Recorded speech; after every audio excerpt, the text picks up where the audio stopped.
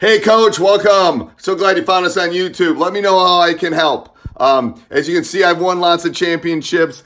I've won my fair share of balls behind, run one of the best high school programs in the country, coached a bunch of NBA guys. Let me help you become a better basketball coach. This video is just one small piece. Let me mentor you. Teachhoops.com. Click down below or above. We'll help you do that. It is the one-stop shopping for basketball coaches. But the best part is you get a Yoda, you get a mentor. I will help you. You'll get my personal email address. You will get one-on-one calls, office hours, you name it. We will help you become a better basketball coach. Enjoy. Hello, Teachhoops members. Coach Steger here, giving you my weekly set or play or offense of the week, if you might call it. I decided to expand this idea of set into this maybe diagram of the week. In essence, I think that I can be able to showcase other things besides just a basic set, especially for coaches that don't coach high school, because I believe that concepts are more important at a younger age to develop. When I was a high school coach, I developed this offense with some minor tweaks. It's a basic pass and cut offense. It's a 4-out, 1-in. As you can see, there's 4 players around the perimeter. You can adjust the spacing like you want to. My spacing of the 4 spots up top are intended for a grade 3 or 4th grade, because if you make the spots too big, it makes it very difficult for them to pass. So passing is really important if you decide to run this offense. It's very simple. If you pass the ball, you make a rim cut, always, all right? And then depending on where your pass comes from, it's the type of cut you come off of it. Okay, so you have these 4 spots, and then you'll be able to see it on my attachment to this offense later on if you want to really dive into it. And you can always ask questions, and you can email me at any time regarding my pass and cut offense for youth. So this 5-man, he is kind of very similar to the action in a dribble drive.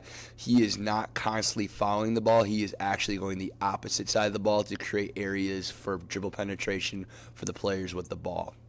I don't like players in the corner at younger ages because it makes it very hard and they're difficult angles for kids to drive. I like to be able to give them angles of direct drives directly to the rim. So as you can see, if I were to take the player number 3, if he got the ball, he would be able to directly drive right or left, which really creates opportunities. And the really key point of this is if you can find a player that can rebound quickly off a miss, you can get some easy baskets, or a smart player that is strong. If they drive, you can teach them to be able to look, and they get if a team is really good at help side defense, you always have somebody there to dump the ball off to.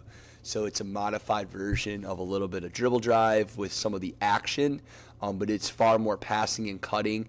Just some simple concepts of dribble drive with the bottom guy, and I like to call him the blocker because he's always opposite of the block.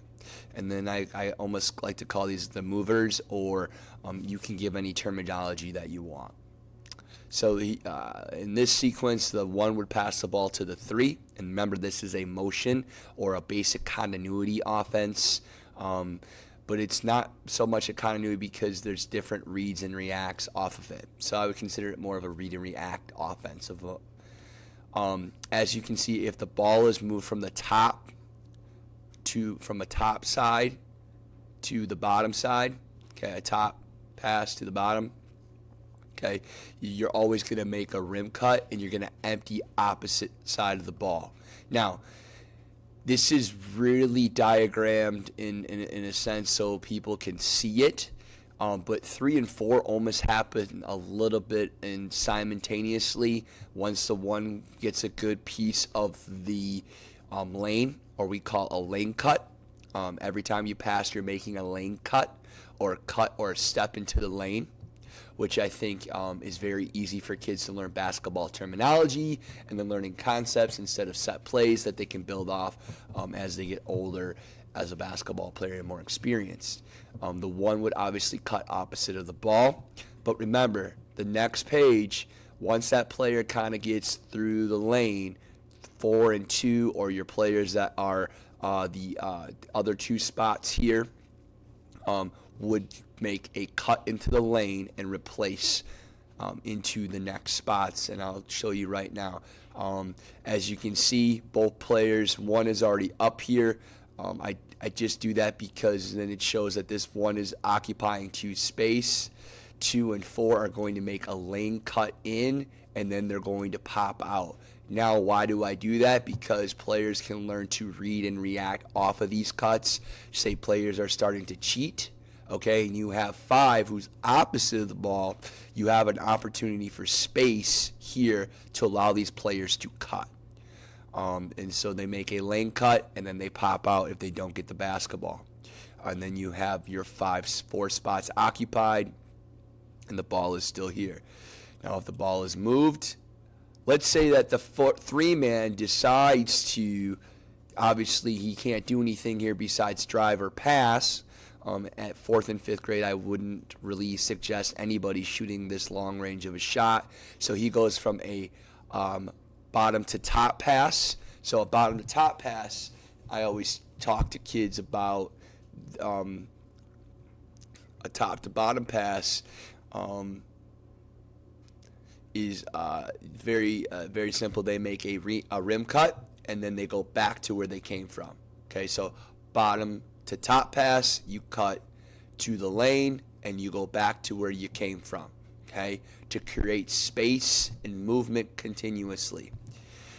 As you move forward within the offense, I have not really decided what I want to do in regards to I think the easiest thing is a side-to-side pass or from wing top to top. It's always a basket cut and then replace opposite of the ball, okay? So it's still a top to top or a top to bottom pass. Anything from the top to a different position is still a pass and then a cut to the rim and then empty out opposite the ball, and then the 3-man would replace or the player on this area here.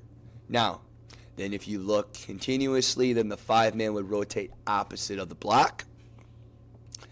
And then you would see the action here. This would be the 2-man cutting. Both players are still making those cuts into the lane and popping out. And same concept, top to bottom, rim run or rim cut to empty out opposite side of the ball. Okay, and you have these 4 spaces. You know, it's a basic skeleton. You can change the terminology, how you read it. You may want to use easier code words for kids to understand. But again, I think it's really easy for them to do. You give them 2 to 3 principles. There's no screening involved. Top to bottom. Every time you pass, you're cutting. Anytime you make a bottom to top pass, you cut and replace back to your spot. And anytime you make a top to top pass or a top to bottom pass or a pass from the top, you're always making a cut and you're emptying opposite side of the ball. You know, one thing you may want to teach is the midline, because in the midline really gives an understanding. You know, the ball has crossed, anytime the ball crosses the midline, that they could understand. Or if the ball, you cut away from the midline, so you cut to the opposite side of the midline, you could add that terminology too, depending on how complex you want to get. When a baseline drive occurs, the blocker needs to get to the tee. So you get a nice baseline drive. This is a wonderful opportunity for the player to go hard and see that guy on the help side. That's an action that the thing you could actually work on and practice as a breakdown drill. Simple drive drill and finishing, teaching how to move off the ball without the ball at the blocker movement, which is an awesome awesome concept to teach in any motion offense. Now, I will, as we continue on with this, if you have more questions with this offense, I can give you 2 other suggestions that you can build off of it. One thing that you can do if you have a strong player and you want a post isolation, you can move them to the blocker, and you can move the ball side to side, and then they follow the ball, okay, and post up, make a flash, and you can find them inside. Another thing that you could do is then also make that blocker the screener in a set for a ball screen, and then you could overload a side and you have a simple pick and roll action off the blocker. So really your sets come off the blocker player or the guy that's moving side to side opposite of the ball. So it keeps things very simple, which is great. As we move forward, then you could add, as you build on your youth program, you could build on increasing the spacing, adding some screens, maybe some different principles or actions out of it.